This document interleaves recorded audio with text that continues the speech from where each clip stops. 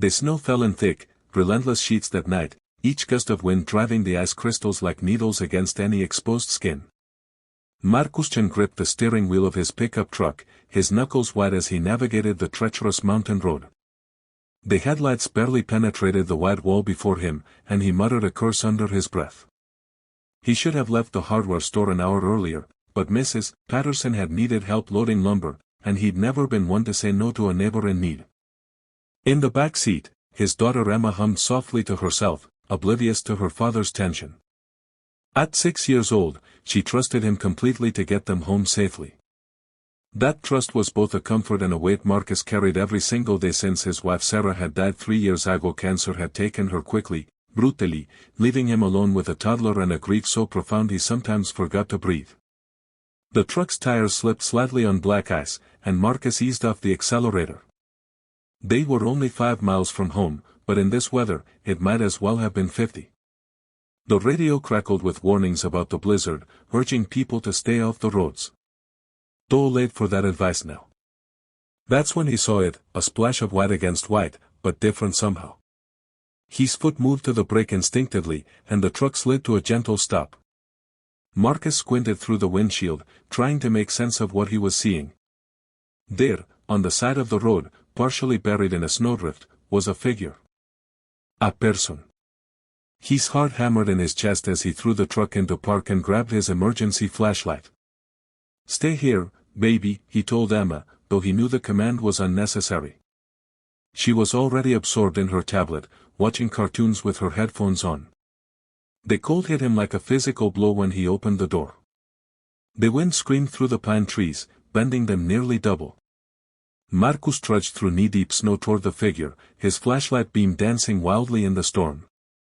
As he got closer, details emerged: a woman, young, wearing what appeared to be a wedding dress. The delicate lace and satin were completely inadequate for the weather, and she was curled in on herself, shaking violently. "Hey!" Marcus shouted over the wind, dropping to his knees beside her. "Can you hear me?" Her eyes fluttered open, dark and unfocused. Her lips were blue, her skin nearly translucent. Hyposermie, his mind supplied, remembering the wilderness first aid course he'd taken years ago. Severe hypothermia. She tried to speak, but only a weak moan escaped her lips. Marcus didn't hesitate. He scooped her into his arms, surprised at how light she was, and carried her to the truck. She barely had the strength to hold on to him. He managed to open the back door and carefully placed her on the seat beside Emma. "Daddy, who is she?" Emma asked, pulling off her headphones and staring at the stranger with wide eyes.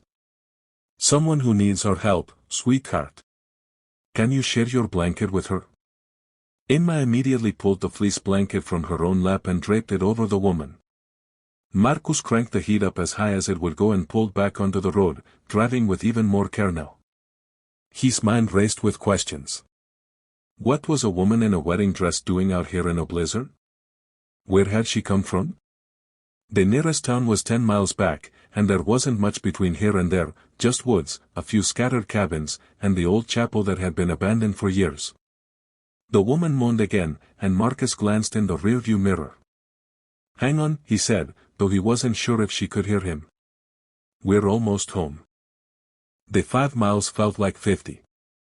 The truck crawled along the icy road while the wind tried to push them into the ditch. Marcus' hands ached from gripping the wheel so tightly. Behind him, Emma had taken it upon herself to rub the woman's hands, trying to warm them the way Marcus had taught her when they'd rescued a half-frozen kitten last winter. "She's so cold, Daddy," Emma said worriedly. "I know, baby. We'll warm her up soon." When they finally pulled into the driveway of their small log cabin, Marcus had never been so relieved to see home. He left the truck running and carried the woman inside, Emma scurrying ahead to open doors. He laid her on the couch near the fireplace and quickly built up the fire until flames were roaring. The woman's shaking had lessened, which worried him more than if she'd still been shivering. He remembered that meant the hypothermia was advancing. He needed to warm her gradually, carefully. Marcus grabbed every blanket in the house and piled them on top of her, then filled hot water bottles and placed them near her core. Emma stood nearby, chewing on her thumbnail, a habit she'd developed after her mother died. Is she going to be okay, Daddy? I'm going to do everything I can to make sure she is, Marcus promised. He pulled out his phone, intending to call for an ambulance, but the screen showed no signal. The storm must have knocked out the cell tower. The landline was dead too when he checked it. They were on their own. For the next hour, Marcus worked to warm the woman slowly. He made hot tea and managed to get small sips past her lips.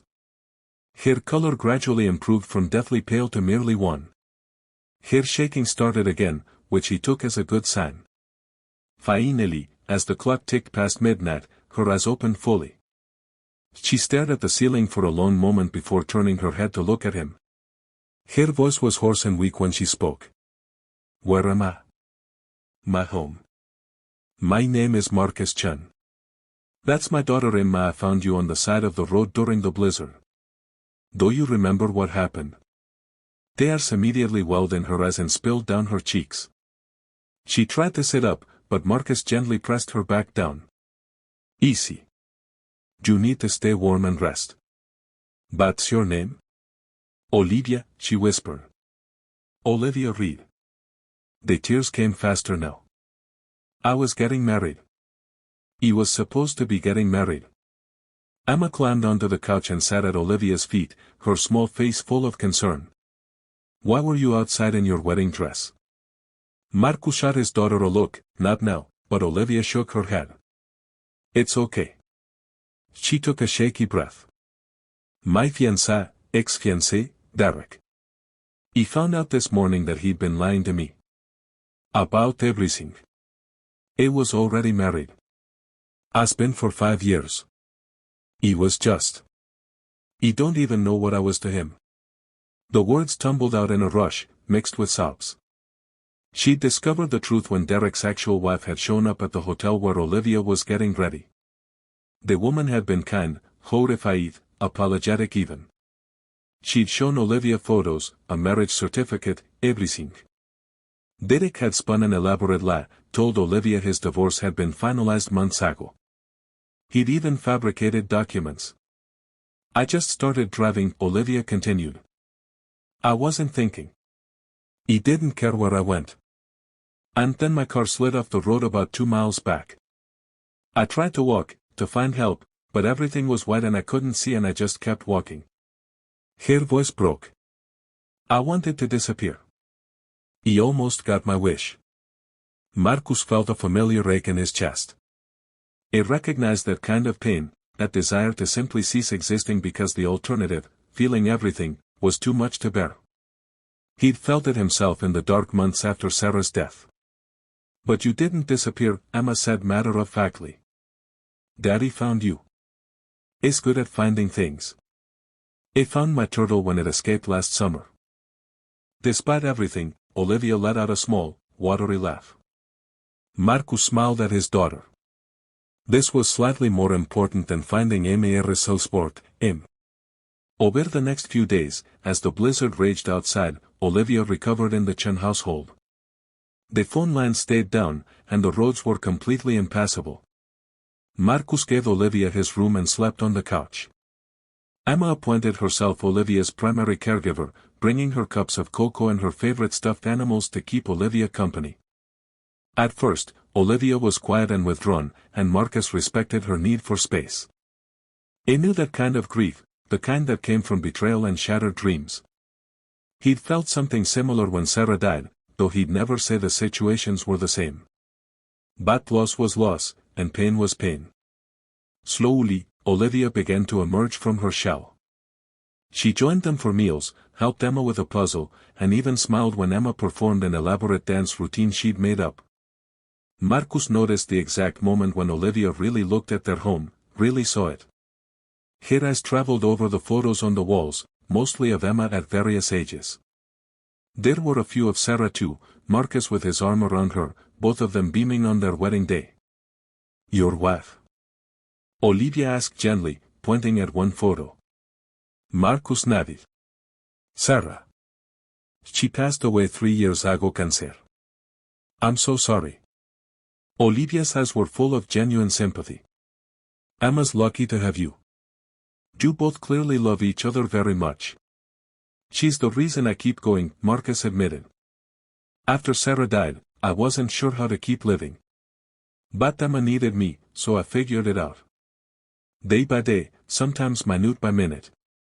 Olivia was quiet for a long moment. I don't know how to keep living with this, she finally said. I feel so stupid.